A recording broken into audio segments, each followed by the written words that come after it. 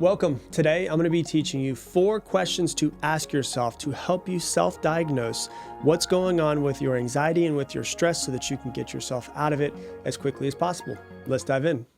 When I say anxiety relief, I don't mean like full-blown anxiety attack or panic attack or anxiety disorder.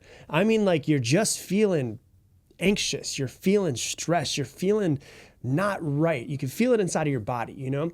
And it's really what to do when you don't feel good. It's just a few things to check in on and see like, hey, am I feeling this way? Am I feeling this way? Do I need to do this? And it'll help you when you're feeling a little bit anxious, but it'll also help you when you're just not feeling that great. And the other day, I was actually driving over to dinner, and I just kind of felt like shit, like if I'm being honest. It wasn't like anything, I didn't feel terrible. It wasn't like horrible. It was just like, I just kind of felt blah, right? There was nothing wrong. There was no big event that made me feel this way, but it was just kind of blah. It was like the color was kind of stripped from the world and it was a little bit more black and white versus technicolor, right? It's like the saturation was turned down in the world. And I think sometimes people feel this way sometimes. And first off, I want you to say, understand like there's nothing wrong with that. Everybody deals with, man, I'm just not feeling it today. And for years, I was the type of person where I was like, I'm not feeling it today. And I would just push through it, chug coffee, get it done. And really what I'm going to teach you today is how to take a step back and kind of check in with yourself to see if there's a couple things you can do to fix it. And then you can help yourself with whatever it is you need to do, taking action for the day.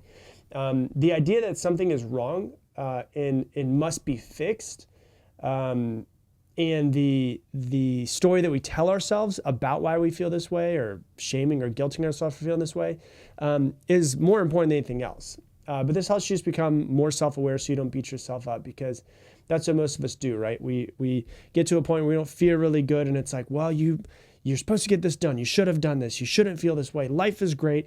So many other people have so much less than you. Get your shit together. And so really what it comes down to is these things, because, you know, we can get to a point where we don't feel really good and you don't feel great, and it turns into something is wrong with me, and then it turns into this, you know, I need to fix this, and then it turns into why does this always happen to me? And you get in your own head and you get in your feels, and it all becomes like a shitstorm inside of your head, and now you went from not feeling good to feeling way worse. The point is to get it out of you, because sometimes there's just like anger bubbling under the surface for something that happened 3 weeks ago. So maybe you need to take it out and, you know, maybe you need to go to the gym and work out really hard. Maybe you need to get a punching bag, or maybe you need to go for a run and just like run until you freaking cry your eyes out. Whatever it is, it's about getting it out of you and not burying it, which is what most people have been trained to do through childhood a lot of times. And then you end up blowing up on someone who has nothing to do with your issues. And, you know, they're just they're kind of catching strays, really, more than anything else. Also, if you're angry, you know, talk to a friend, get it out some way or another. And so it's important to understand, like, you cannot disconnect the brain from the body. The brain is just inside of the body. And so if you're thinking a certain way, it's going to make you feel a certain way.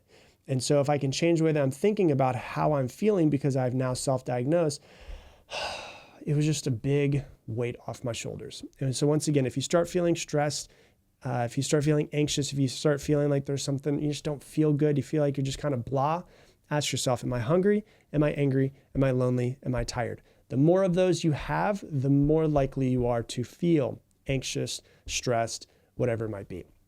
So that's just a way to self-diagnose and help you be a little bit less anxious. So that's what I got for you for today's episode. If you love this episode, please share it on your Instagram stories. Tag me in it, Rob Dial Jr., ROBDIALJR. And if you're interested in learning more about how we can help you improve and get better, we have something called Mindset Mentor Plus, which is a way to take all of these episodes and actually download them more into your brain.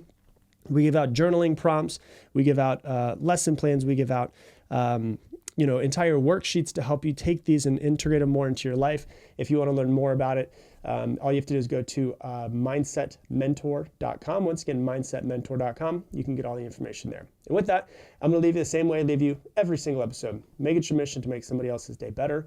I appreciate you, and I hope that you have an amazing day.